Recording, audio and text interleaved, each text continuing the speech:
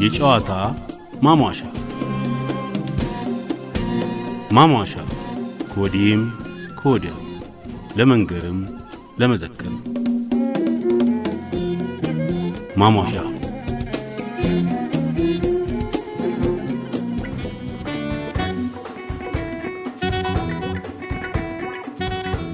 እናንት የጥንት ስልጡን ሕዝቦች አንገታችሁን ቀና አድርጉ። በቀደምት ፈርቀዳጅ ወላጆቻችሁ ልትኮሩ ግድ ነው።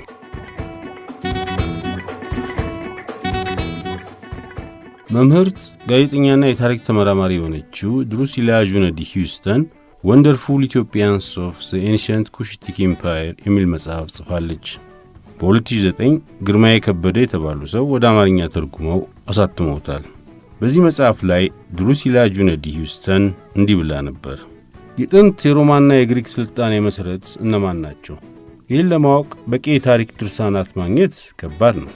ድንቆቹ ኢትዮጵያውያን ጥንተ ዘሮቹ ዘ ኦልድ ሬስ የዚህ ምድር ሰዎች ለዓለም ቁሳዊና መንፈሳዊ ስልጣኔ ያበረከቱት ብዙ ነው።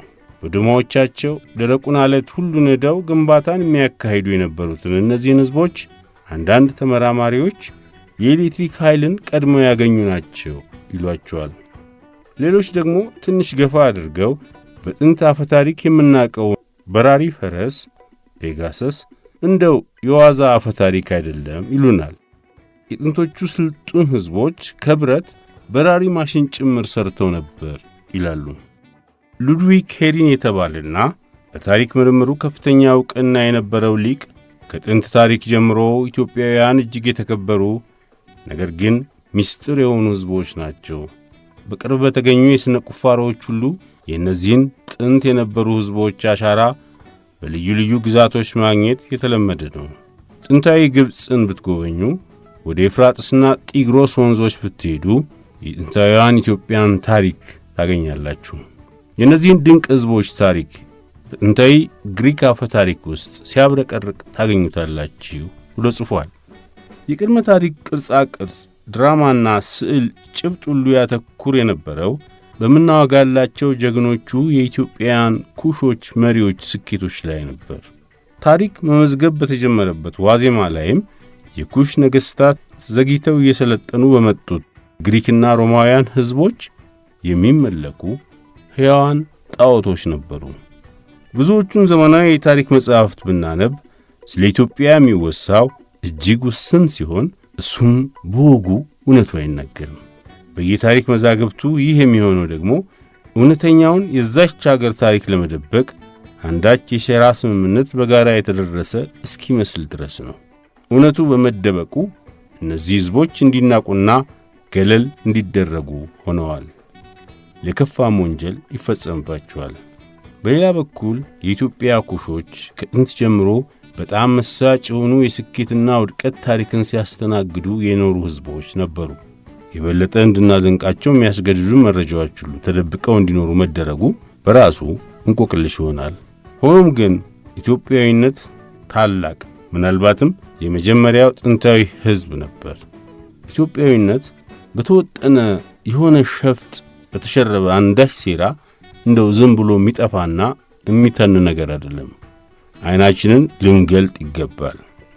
በርግጥ እንደ የአፍሪካ ባሪያ ፍንገላ ያለ እኩይ የታሪክ አጋጣሚ እነዚህን ሕዝቦች አንገት ቢያስደፋቸውም እኛ ግን ልናስተውል ይገባል። እነዚህ ሰዎች የሥልጣኔ መሠረት የሆኑትን የግብፅ ፒራሚዶችና ሌሎችንም መገንባታቸውን አንዘንጋ። የዓለም ሁሉ ሥልጣኔ መሠረት መሆናቸው ከቶ ሊረሳ አይገባም። እናንት የጥንት ስልጡን ሕዝቦች አንገታችሁን ቀና አድርጉ። ስለ እናንተ አባቶችና አያቶች የተጻፈውን መጽሐፍ ሁሉ መርምሩ።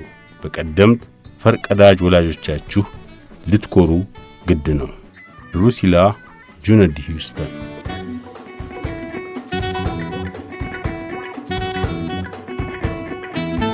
ከዚህ በኋላ ከአበሻ ጋር ለመዋጋት አንፈልግም። ነገር ግን እርስ በርስ እንዲተላለቁ እሳት አቀጣጥል።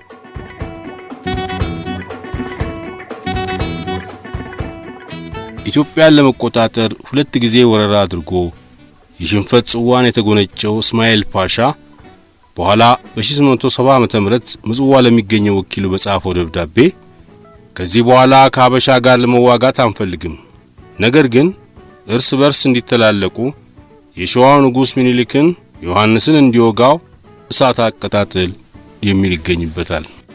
ጀነራል ቻርልስ ጎርደን በግብጽ የእንግሊዝ ቆንስል የነበረው የግብጽን ጥቅም ለማስጠበቅ ይጠቅማል ብሎ ካቀረባቸው የመፍትሄ ሐሳቦች መካከል በኢትዮጵያ የእርስ በርስ ጦርነት ከተፈለገ ልዑል ዓለማየሁ ቴዎድሮስን ከሎንዶን ማምጣት በቂ ነው፣ ልዑል ዓለማየሁ ለግብጽ ሲዋጋ በተዘዋዋሪም የእንግሊዝ ተጽዕኖን ይጨምራል የሚል ሐሳብ ይገኝበታል።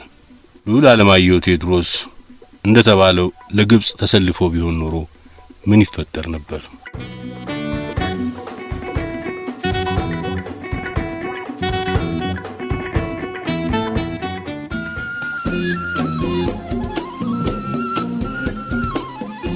የጨዋታ ማሟሻ ከወዲህም ከወዲያ ለመንገርም ለመዘከርም ማሟሻ